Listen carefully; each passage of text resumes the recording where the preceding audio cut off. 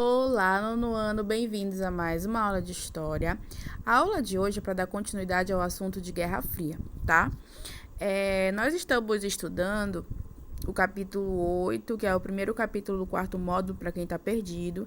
Essa já é a aula 2. Se você está vendo a aula 2 sem ter visto a aula 1, para tudo e volta para a aula 1. Ou se você está assistindo essa aula e esqueceu da aula 1, volta também para a aula 1, tá? Se você estiver de boa, lembra ainda o que é Guerra Fria, continue aqui nessa aula. Aqui na aula de hoje, nós vamos analisar uma linha do tempo sobre os principais acontecimentos que levaram até a Guerra Fria e durante a Guerra Fria. Você vai ver que é uma disputa, como se Estados Unidos e União Soviética fossem duas crianças disputando quem era a melhor. Só que uma disputa muito grave, né? Acabou que agora eu falando isso, eu me toquei que na primeira aula eu não falei uma coisa muito importante para vocês, que é o significado do nome do evento. Por que Guerra Fria se chama Guerra Fria? Porque Guerra Fria foi uma disputa entre Estados Unidos e União Soviética à distância. União Soviética e Estados Unidos nunca se enfrentaram em um conflito direto, com exércitos, soldados, armas um contra o outro. Claro que ambos financiaram conflitos em alguns países, onde nesses países estava ocorrendo briga, né, entre o lado capitalista e o lado socialista, mas eles mesmos diretamente nunca participaram desse tipo de conflito. Por isso que o nome se chama Guerra Fria, porque não foi uma guerra que teve pólvora, exército, fogo entre eles, tá? Foi uma guerra de ideias, uma disputa de ideias de áreas de influência. Foi isso. Grave na sua cabeça que a Guerra Fria foi uma disputa por áreas de influência, certo? Em 1942, já acontece algo para a gente ficar assim atento. Os Estados Unidos, eles constroem a sua primeira bomba atômica, que vai ser usada em 45 para ser jogada no Japão.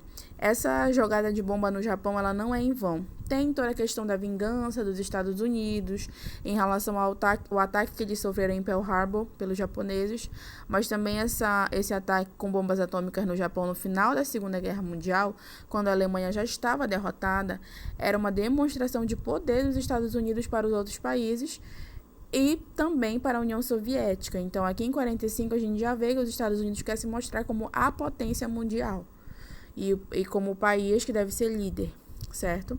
Em 47, já na Guerra Fria, os Estados Unidos constroem a famosa CIA, que é a Agência de Inteligência dos Estados Unidos, que é onde eles vão ficar vigiando, ficar colhendo informações, fazendo espionagem, tá? Para ver se os russos estão na frente deles em alguma coisa. E a CIA vai ter essa função. E aí vem a resposta. Em 49, a União Soviética começa a fazer testes com a sua primeira bomba atômica. Então, lá em 42, os Estados Unidos fez a sua bomba atômica. Em 49, a União Soviética já vem fazer a sua primeira bomba atômica. Em 54, olha o que a União Soviética faz. Ela cria a KGB, que é a Agência de Espionagem da União Soviética. Então, a CIA já existia nos Estados Unidos e a KGB é criada na Rússia. Em 57, os soviéticos lançam para a órbita da Terra o primeiro satélite, Sputnik 1. E aí começa algo que a gente chama, dentro da Guerra Fria, de corrida espacial, que é quando os Estados Unidos e a União Soviética vão disputar avanços em relação ao espaço. Quem consegue mais coisas no espaço, quem chegou primeiro, os satélites, nave, essas coisas. Nós vamos ter uma corrida armamentista, né, como a gente já vê pela bomba atômica, construção de armas e tal, armas letais. E aí também vamos ter a corrida armamentista e a corrida espacial. Lá em 58, nós temos a criação da NASA. Veja que aqui, em 57, os soviéticos lançam os seus satélites para a órbita da Terra e um ano depois, os Estados Unidos criam a sua agência espacial para já começar também a fazer suas ações em relação ao espaço. Em 62, ocorre um fenômeno super importante. Se você tiver que decorar uma data e um acontecimento completinho dessa linha do tempo, decore o ano de 62. Porque em 62, a Guerra Fria, ela quase deixa de ser Guerra Fria e os russos e os americanos vão às vias de fato. Mas não aconteceu. Vou explicar para vocês a situação. Em 62, Estados Unidos e União Soviética começaram a se ameaçar. Como? Ambos implantaram bases de mísseis em regiões próximas a esses países. Exemplo, a Rússia colocou uma base de míssil em Cuba, e Cuba é muito próxima dos Estados Unidos. Para você ter uma ideia, vá olhar no mapa o quanto Cuba fica bem próximo da Flórida, tá? Então, quando os Estados Unidos colocou essa base de mísseis lá em Cuba, foi uma ameaça muito grande. Ou melhor, quando os russos colocaram essa base de mísseis lá em Cuba, foi uma ameaça muito grande para os americanos, certo? Então, mas acabou que elas não se enfrentaram.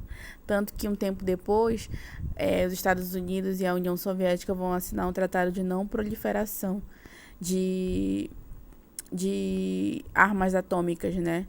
Não pode proliferação nuclear. Já é o próximo acontecimento. Em 68, os Estados Unidos assinam um tratado de não proliferação nuclear com a União Soviética. Em 69, acontece outro marco super importante, que é quando o primeiro homem vai à Lua, que é um marco dos Estados Unidos. O Neil Armstrong dá os primeiros passos na Lua, que ele fala que é um pequeno passo para o homem, mas um grande passo para a humanidade. Em 83, já próximo da Guerra Fria acabar, nós temos os Estados Unidos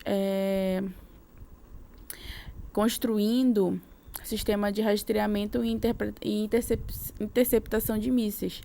Então, já é uma tecnologia muito, muito, muito avançada para a época, que é dos Estados Unidos conseguir frear mísseis, parar mísseis, que é uma coisa que eles conseguem fazer hoje em dia.